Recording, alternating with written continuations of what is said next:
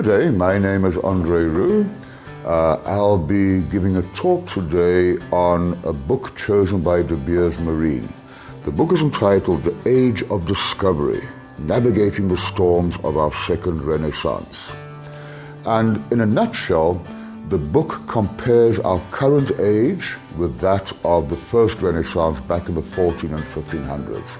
It draws parallels, both positive and negative, and points out that if we deal with the current Renaissance in a sensible way, in a good way, we could enter a brand new golden age.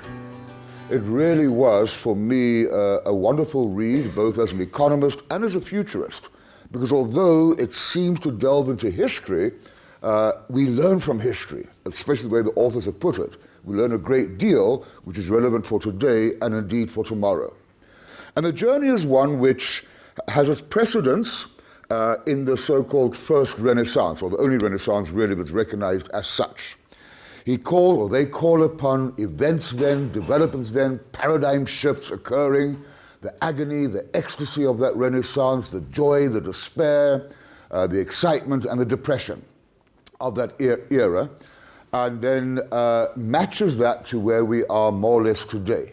The book is divided into four major parts. The first part is where they make this earlier point, namely, we might be heading for a second Renaissance.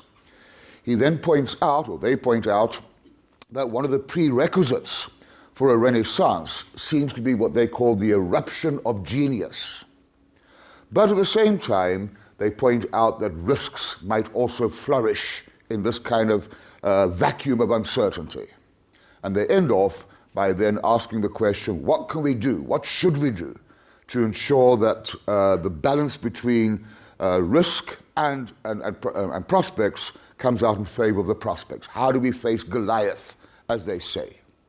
And the opening gambit, as it were, is that a feature of that first Renaissance included the fact that a well-known gentleman, Mercator, was the first to arguably draw a map of the world as it really looked. And this opened up a scientific ability and a scientific realization that you can gain knowledge from direct observation, as opposed to the hitherto assumption that the world, the way the world looked, was based on the wisdom of the ancients.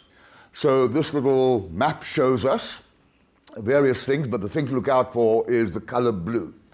If a country is shaded blue, it's implying democracy. So 1976, only a handful of countries described as blue, described as being democratic. More recently, as you can see, the number of countries and the prevalence of blue is much bigger. Talk about new media. Very cleverly, Gutenberg, often recognized as the inventor of the printing press, gave rise to standardized learning. More and more people gained access to learning. It expanded the geographic range of knowledge, expanded the range of content, and very importantly, it enabled people to express themselves in pamphlets. Distance, time, costs, largely irrelevant these days if you want to distribute ideas and exchange ideas. Again, standardized communication, freed speech. It's changed the face of education, a new layer of group intelligence. Trade. So back in the first Renaissance, the biggest achievement, in their words, was that as a result of mainly seafaring and ocean trade, they were able to slay these mythical sea monsters, linking the world's continents, linking cultures, linking resources, linking languages. It's interesting, if we go back to 1913, and we look at the share of global trade as a share of the world economy, it was barely 12%. But then, of course, it has ballooned. It's now 25% and rising. Finance, the face of finance has changed. Things started changing in Antwerp back in the 1500s. Transferable bills of exchange enabled much broader participation and also integration in the world of finance. So in 1999, America was the partner to a full 50% of all international deals, and 90% of all cross-border money flowed between developed countries.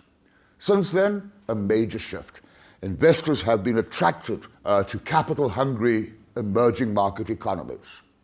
We have all kinds of financial innovations, for better or for worse. Cross-border flows in 1990, roughly $1 trillion. By 2007, $12 trillion per year. Cities such as initially Venice and Paris, Padua, Bologna, the center of higher learning back in the day, Florence, the center of culture. In addition to those, we saw during that Renaissance, countries like Antwerp, trade and industry, the Atlantic and Asian gateways, such as Lisbon, Seville, Amsterdam, London, and then all roads led to Rome. Today's crossroads we see, for instance, in the world of tourism. In 1990, 440 million international tourists, today heading for 1.4 billion, with China being the biggest source of tourism. And then a quote from their work, "The city is the center of things. As a species, we are rushing to be there." Back to yesterday's crossroads, most international migration was forced through either religious persecution or the slave trade. Today, it is voluntary. Technology speaks for itself. Again, using the metaphor of new ships, today, newer ships. Aerospace, cost of flying has fallen. Internet of Things, new pay-for-service platforms. In the 1990s, the world was connected. Today, they argue it's more than that. We are entangled in various ways. Connectedness is less optional. It doesn't only produce goods, but also bads. So in the first Renaissance, the bads produced included slavery. Today, we could argue the bad being produced is an illicit economy. Again, a quote from their book, and a very important one. This kind of sets the scene for much of the rest of their analysis. The world has become a global tangle of choices and burdens and enablers and obstacles and interdependencies and conflicts that ensnare us all. They're arguing that despite these bads being produced, we are still living in the world at the best moment ever in the history of this planet. The chances of escaping poverty today and of living a longer, healthier life are greater now than for any preceding generation. We're talking about the world as a whole. They point out that from top to bottom, from rich to poor, human health has leapt to its highest levels ever. Wealth has leapt to its highest levels ever. Education has leapt to its highest levels ever. These graphs, most of them heading downwards, are showing us that for various diseases, the number of incidents has been declining for quite some time and should continue to decline. So things like life expectancy improving, economic, social progress, the poverty gap is declining. It's still there, but the poverty gap is declining. However, they are not saying these things without a very real realization of reality. Within countries, the gap between the rich and the poor has widened. Why? We still have an education divide, a digital divide, geography still plays a role. Nonetheless, they pursue their argument that the positive achievements outweigh the negative. We see humanity's potential more clearly now because we've suddenly stand so much closer to it.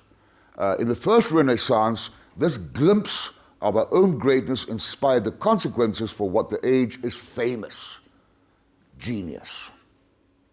So part B talks about the eruption of genius as a catalyst, as a prerequisite, as an inherent characteristic of this Renaissance.